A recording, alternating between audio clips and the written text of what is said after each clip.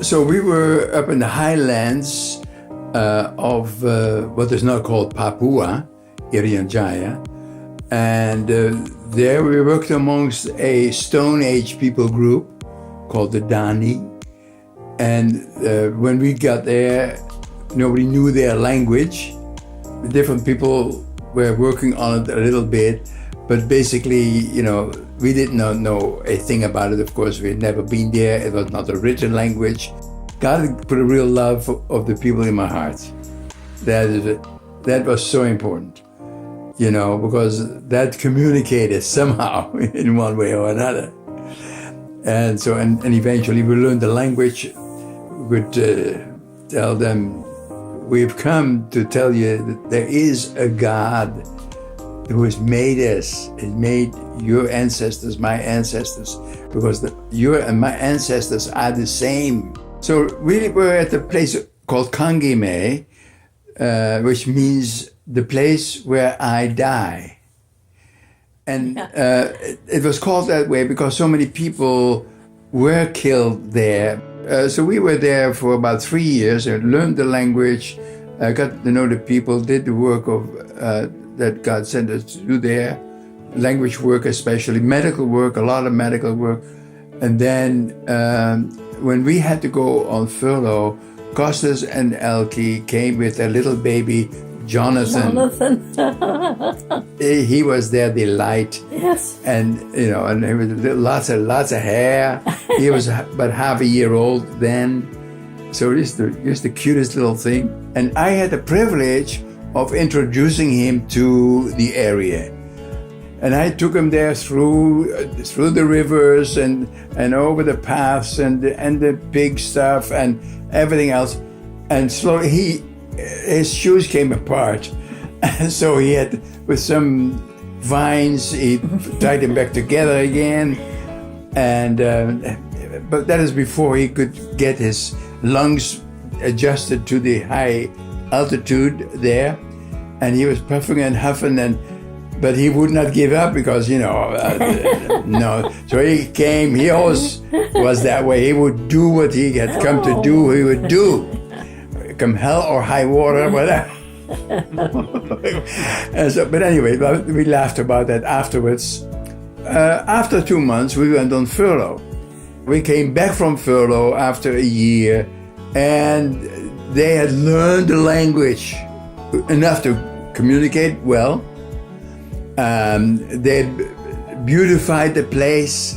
They had built the church building had been built, an amphitheater he had built where all the people could come together. Costas always was building things and doing things and beautifying things and making them better. Amazing! Wherever he went, there were blessings. And Elke, she was just perfect there. She was a great, great missionary woman, really, backing up Costas, looking after the family, and just a wonderful helpmate. They sort of embraced whatever was before them. Everything that you saw, you liked. The work never suffered. Somehow he could do, 3 or 4 different things at once, and just have it turn out so beautiful. But one thing that was outstanding to me was how he had started a literacy program. Each one teach one.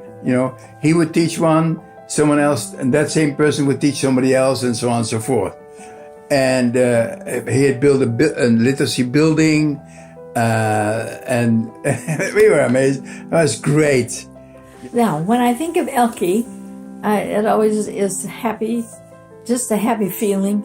I felt so comfortable around her, and I loved the way to see that she and Costas, were together. I loved their relationship, and with the kids. And we used to have them sometimes, over to our place for Christmas, or we would go to them. And Elke was a wonderful cook. I don't know how she did it out of whatever was there. It was just precious memories. Introduced us to Greek cooking. Oh, yeah. That was it. Oh, yes. Lemon soup. Yes. Yeah. Yes. That was very good.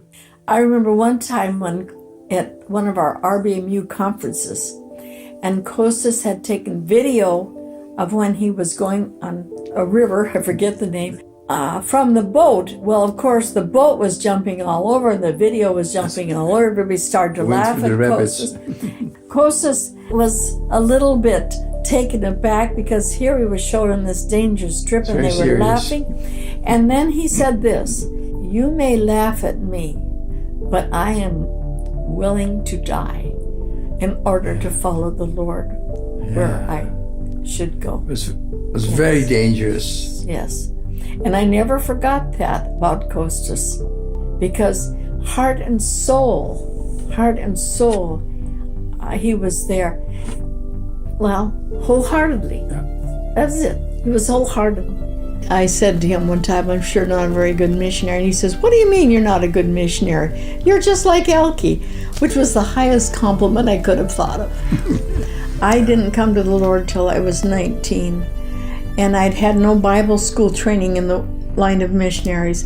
And I said, I was like a square peg in a round hole, but the Lord didn't think that.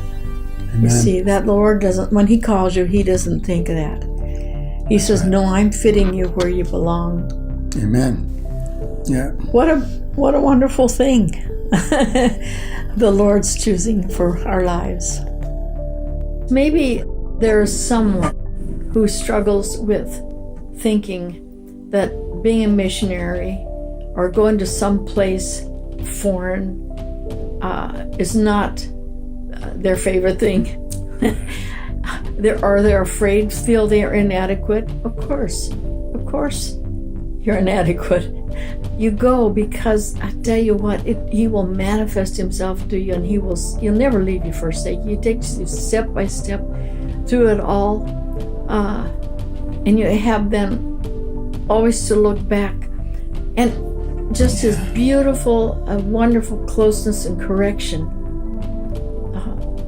It's you can't say it's worth it. I mean, it's more than worth it. There is no other way. I think of Costas, as a man on a mission, knowing that himself, he would not be able to do that, but with God, he could do it. Not by might, nor by power, but by my Spirit. Certainly was in his heart and echoed throughout his life. That really, and so he felt that ability God had given him, and he would do it with all his might, not holding anything back. And so that's how we think of him. Amazing. And we wish there would be many people from Greece who would follow in his footsteps to, in some way or other. Every situation will be different, clearly, but that focus on Christ in you, the hope of glory. Amen. Amen.